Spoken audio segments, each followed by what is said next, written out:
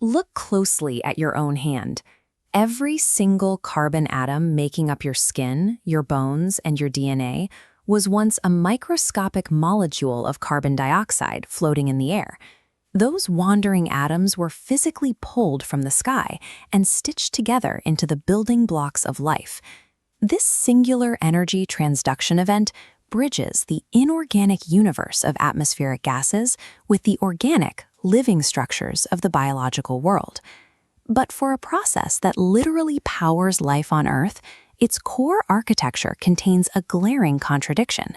It operates in two opposing halves. The first half is a light capture mechanism that follows the rules of quantum physics to achieve absolute, flawless efficiency. The second half is a biochemical engine prone to constant, debilitating errors.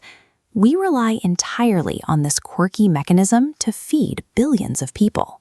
As atmospheric temperatures climb and agricultural demands multiply, those built-in errors are becoming a severe global liability.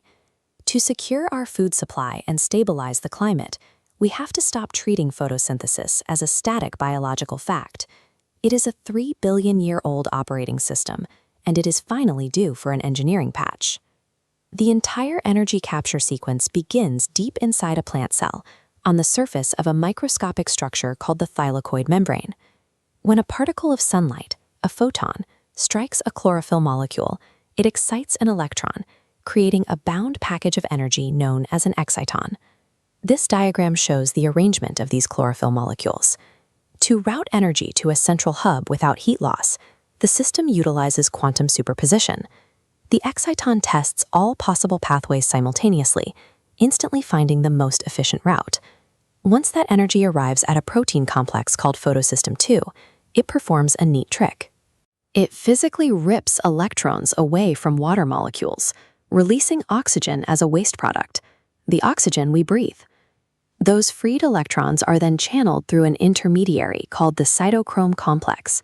As they move, they pump protons across the membrane, building up an electrochemical gradient.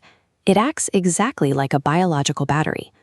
The electrons get one final jolt of solar energy at Photosystem I, pushing their energy level high enough to charge two distinct chemical molecules, ATP and NADPH. This entire light-dependent front end operates at nearly 100% quantum efficiency. It captures solar energy, converts it seamlessly, and routes it perfectly. But then, those charged batteries are passed to the fluids surrounding the thylakoids, called the stroma, where the plant attempts to actually build sugars. The heavy lifting here is done by an enzyme called Rubisco. It is the primary engine of this carbon-fixing phase, and because plants need so much of it just to survive, it is the most abundant protein on Earth. This bar chart compares the turnover rates of different biological enzymes. While a standard enzyme will happily process thousands of molecules every second, Rubisco is remarkably sluggish. It tops out at around 3 to 10 carbon dioxide molecules per second. It is also incredibly clumsy. Rubisco struggles to tell the difference between carbon dioxide and oxygen.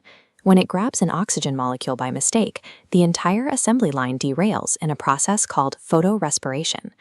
By binding with oxygen, the enzyme halts sugar production and generates a toxic byproduct.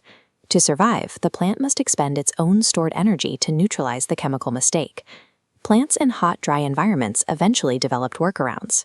Evolution pushed some species to physically separate their carbon capture from Rubisco into different cells, while others learned to open their pores and collect gas only at night to reduce these expensive errors. Yet despite billions of years of trial and error, nature never fixed the underlying enzymatic flaw. Rubisco remains slow and error-prone, establishing a hard ceiling on how much food the world can physically grow. Today, plant biologists are no longer waiting on evolution. Using high-performance computing, researchers have moved from passively observing crops to actively intervening in their biochemistry. When a plant's clumsy back end can't process the quantum energy coming from the front end, it has to vent the excess. It emits a very faint glow known as chlorophyll fluorescence.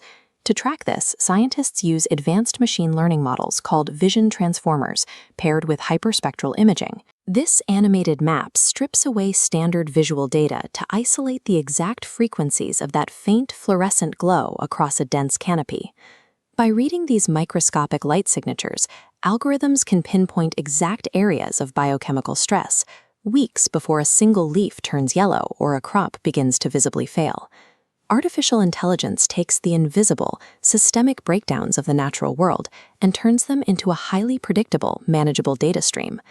With diagnostic data in hand, agentic AI models are now being used to simulate billions of genetic variations, attempting to rewrite the 170-plus chemical steps of the photosynthetic pathway.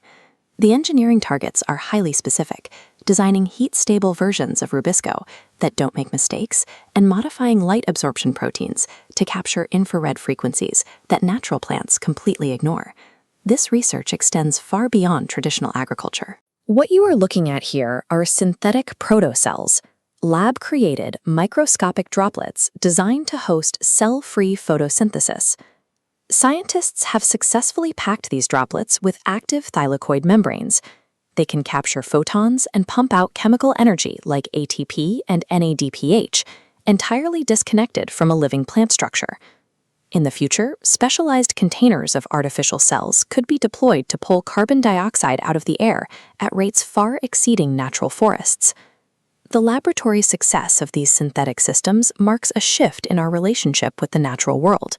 For the first time, the biological constraints of the last 3 billion years are becoming negotiable engineering targets.